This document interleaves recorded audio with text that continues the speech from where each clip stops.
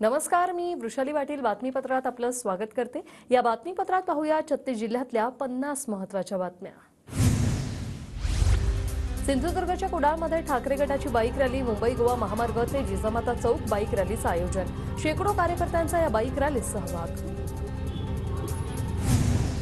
वंचित आघाडी आगामी निवडणुकांसाठी मैदानात उतरली। वंचितच्या प्रचाराची नागपुरातून सुरुवात होणार। आंबेडकर 7 फेब्रुवारीला शेतीविषयी ब्लूप्रिंट सादर करणार। 7 फेब्रुवारीनंतर राज्यात ठिकठिकाणी सभांचं आयोजन। गोंदियामध्ये काँग्रेसच्या महिला मेळाव्यात तुफान गर्दी, जवळपास 5000 महिलांची मेळाव्याला उपस्थिती। प्रदेशाध्यक्ष नाना पटोले, अभिनेत्री निशिगंधा वाड आणि आमदार प्रणिती शिंदे मार्गदर्शन करणार। उपमुख्यमंत्री देवेंद्र फडणवीसांची गडचिरोलीतील मार्कंडा देवस्थानाला भेट। मार्कंडा देवस्थानाच्या नूतनीकरणाची फडणवीसांकडून पाहणी। गडचिरोली जिल्ह्यातील नक्षली संवेदनशील वांगेतुरीमधील नवनिर्मित पोलीस ठाण्याला उपमुख्यमंत्री देवेंद्र फडणवीसांची भेट। हे पोलीस ठाणे नव्हे तर विकासाचं द्वार असल्याची फडणवीसांची प्रतिक्रिया। ठाकरे गटाच्या नेत्या सुषमा अंधारे यांची मुक्त संवाद यात्रा विदर्भातून मराठवाड्यात दाखल। अंधारेंचा जनतेशी विविध मुद्द्यांवर संवाद। जळगावमध्ये भुसावळ आणि बोदवड शेतकी संघाच्या निवडणुकीसाठी मतदान प्रक्रिया संपन्न। एकूण 90% मतदान झाल्याची माहिती। 15 जागांसाठी 30 उमेदवार रिंगणात। परभणीत जिल्हा नियोजनाच्या रखडलेल्या निधीवरून भाजप आमदार मेघना बोर्डीकर आक्रमक। ठाकरे गटाचे खासदार संजय जाधव आणि राष्ट्रवादीच्या माजी आमदार भांबळेवर आमदार बोर्डीकर संतापल्या। बंजारा समाजाचा SC/ST प्रवर्गात समावेश करण्यासाठी जनजागरण रथयात्रा काढण्यात येणार। बंजारा सेवा समितीचे अध्यक्ष रवींद्र नाईक यांची माहिती। नांदेडमध्ये सार्वजनिक बांधकाम विभागाने शेतीला संरक्षक भिंत बांधून देण्याचं आश्वासन पूर्ण न केल्यानं शेतकऱ्यांचं उपोषण। जिल्हाधिकारी कार्यालयासमोर शेतकऱ्यांचा आमरण उपोषणाला सुरुवात। बुलढाण्यात कोळी महादेव समाजाच्या आरक्षणासाठी तरुणांचं समाधी आंदोलन। 2 तरुणांकडून स्वतःला जमिनीत गाडून घेत आरक्षणाची मागणी। ओबीसी युवा अधिकार मंचाची यात्रा नागपुरात दाखल। जातनिहाय जनगणनेच्या मागणीसाठी ओबीसी समाज आक्रमक। या यात्रेत तरुण वर्गाचा मोठा सहभाग। अकोल्यात रस्त्यासाठी सुरू असलेल्या आमरण उपोषणाच्या समर्थनार्थ मलकापूर बंद। मलकापूर रस्त्याची 7 वर्षापासून दयनीय अवस्था। रस्त्यासाठी ठाकरे गटाचं उपोषण। वाशिम जिल्ह्यातील 2 लाख बाधित शेतकऱ्यांना नुकसान भरपाईसाठी 115 कोटींचा निधी मंजूर। शासनाच्या महसूल विभागाकडून 31 जानेवारीला निधी देण्यास मान्यता। नाशिक बाजार समितीमधून संचालक हद्दपार होणार। बाजार समितीला राष्ट्रीय दर्जा मिळणार। महायुती सरकारने बाजार समित्यांना राष्ट्रीय दर्जा देण्याची प्रक्रिया सुरू केली। साताऱ्याच्या वाई फुले नगरमधील शेतकरी उमेश खामकरने अर्ध्या एकरमध्ये केली पांढऱ्या स्ट्रॉबेरीची लागवड। शेतकऱ्यांकडून पांढरी स्ट्रॉबेरी विकायला देखील सुरुवात। पुण्याच्या भोरमधील हिरडोशी गावात युवा शेतकऱ्यांनी पारंपरिक भात आणि नाचणी शेतीला फाटा देत केली स्ट्रॉबेरीची यशस्वी शेती। 10 गुंठ्यात स्ट्रॉबेरीची 7000 रुपये लावत घेतलं लाखोंचं उत्पन्न।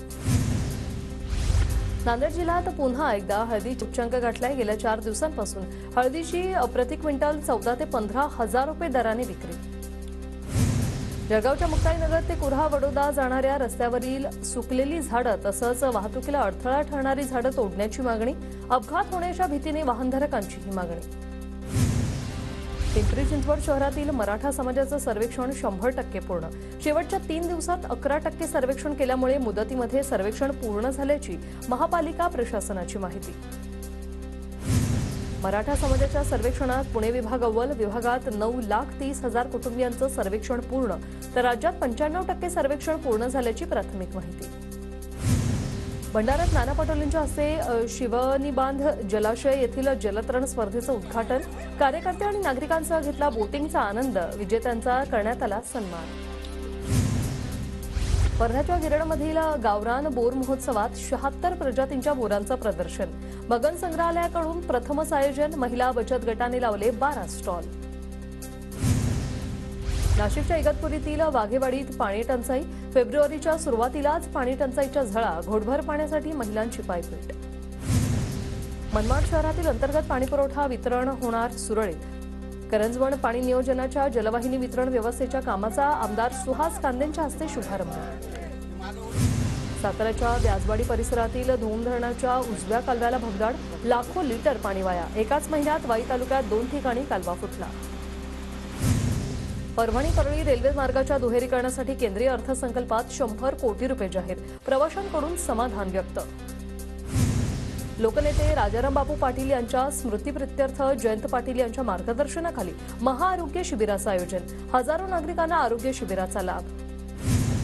नागपूरमध्ये हिंदू जनजागृती समिती आणि मंदिर न्यासाची बैठक संपन्न. मंदिरात वस्त्रसंहिता लागू करण्यासोबत 500 मीटर परिसरातील मांस विक्रीची दुकानं बंद ठेवण्याबाबत ठराव मंजूर. पुण्यातला रामजन्मभूमी सर्वप्रथम कीर्तनाचा मिळाला मान. अयोध्येत पंकज महाराजांना कीर्तनासाठी न्यासाकडून निमंत्रण.